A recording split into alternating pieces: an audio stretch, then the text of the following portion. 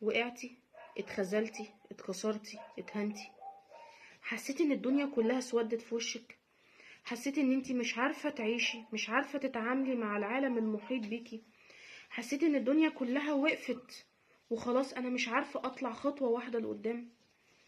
طيب فكرتي ان انتي تقدري تقومي تاني؟ فكرتي ان انتي تقدري تعافري وتحاربي وتكسري الدنيا بحالها وتقفي على رجلك من تاني؟ ما فكرتيش. عارفة ده ليه؟ عشان انتي ضعيفة. طب فكرتي تحاربي ضعفك ده؟ فكرتي تقفي تقولي انا مش ضعيفة وانا هحاول وهعافر وهجازف وهسعى وهوصل؟ كم مرة وقفتي قدام حد وقالك انتي مش هتعرفي تعملي حاجة، انتي مش هتقدري تحققي حاجة، مهما سعيتي مش هتوصلي، مهما نويتي مش هتحققي، مهما بنيتي مش هتكملي. وقفتي قدامهم قلت لهم لا هكمل وهعافر؟ لا، اتكسرتي واتخذلتي وسمعتي كلامهم، حققتي اللي هم كانوا بيتمنوه. هم كانوا بيتمنوا فشلك وانتي حققت لهم الحلم ده، انتي وصلت لهم ان هم يقدروا يكسروكي. طب ليه؟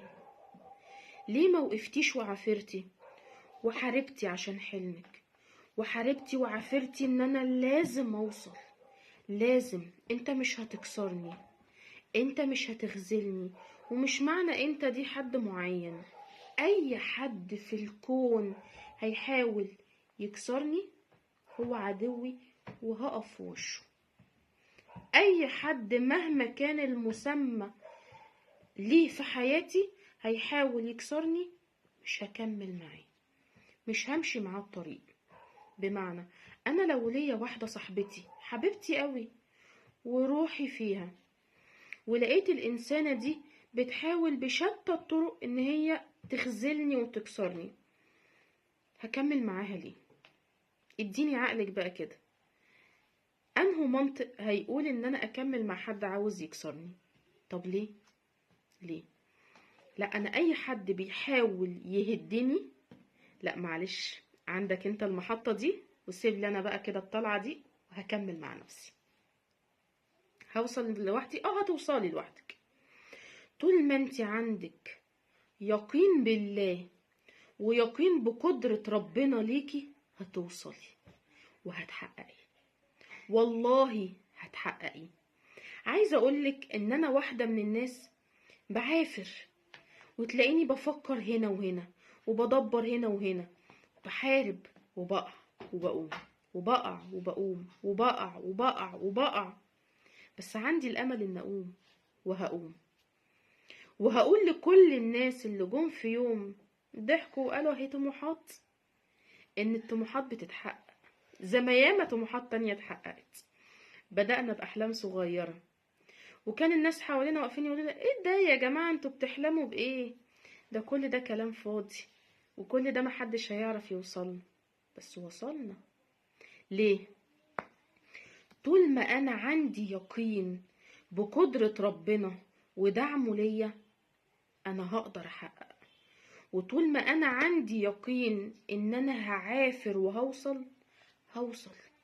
لكن طول ما انا بقول انا ما اعرفش، انا ما اعملش، انا ما اسويش، عمري ما هوصل. كل منطوق نافذ. بمعنى انا لما اقول بامر الله هحقق ده هحققه، لان انا حققت، او معنى اصح قدمت المشيئة، استعنت بربنا اللي هو افضل من كل حاجة، افضل من الدنيا وما فيها.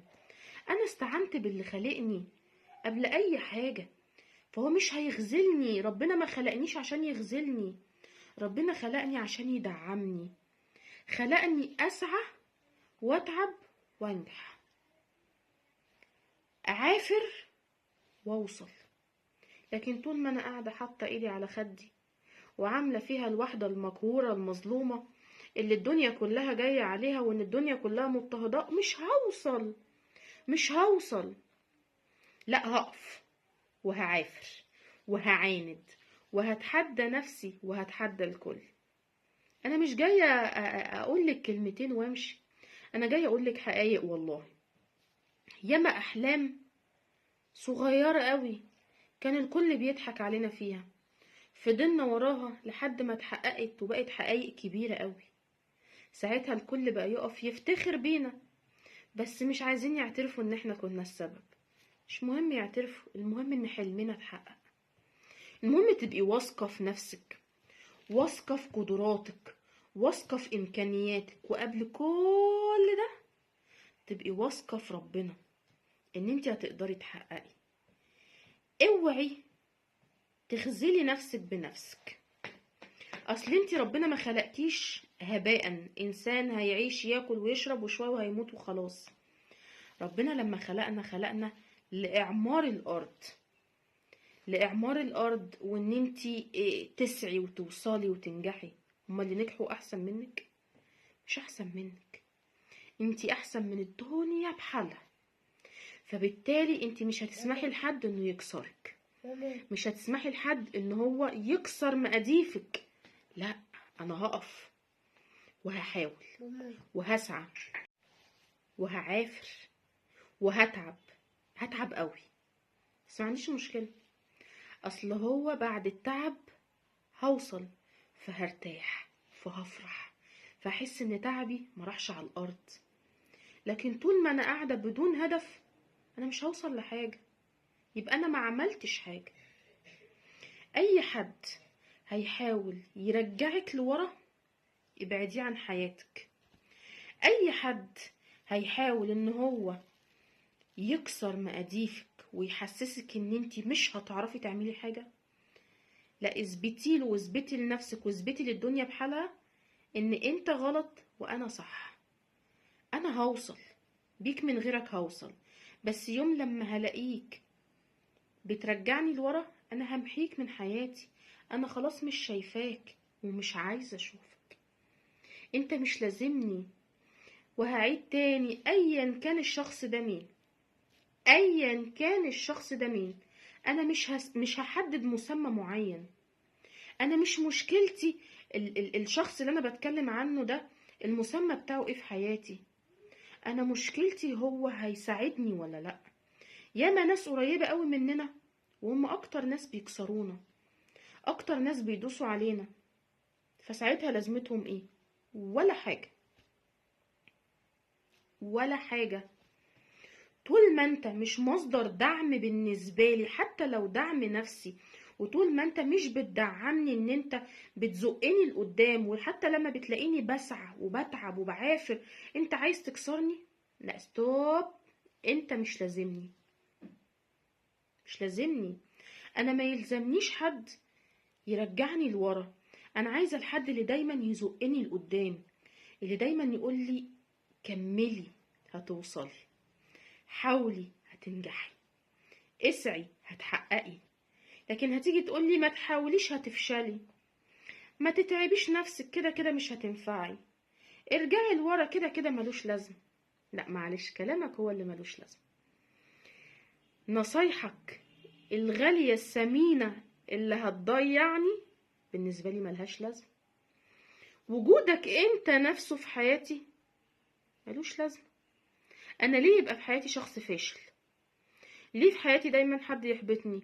ساعتها انا ولا شايفاك ولا سمعاك ولا عايزه اسمعك ولا عايزه اشوفك ولا عايزه اعرفك. اهم حاجه عندي ان انا استعين بالله واثق ان هو هيقف جنبي، وطول ما انا واثق في قدره ربنا هحقق. لكن طول ما انا بقى هرمي على شماعات بقى وكلام من ده، مش هوصل خالص. دايما خلي عندك يقين، ودايما اسعي، ودايما حاولي وعافري وحاربي، هتوصلي. وانا كمان هعافر وحارب وهوصل. يا رب نتمنى من الله كده ان طموحاتنا كلها تتحقق. واهم حاجة طبعا زي ما احنا متعودين ان نعمل لايك وشير وسبسكرايب للفيديو، وما تنسوش دايما تتابعوني. يلا استنوني في فيديو جاي. باي باي.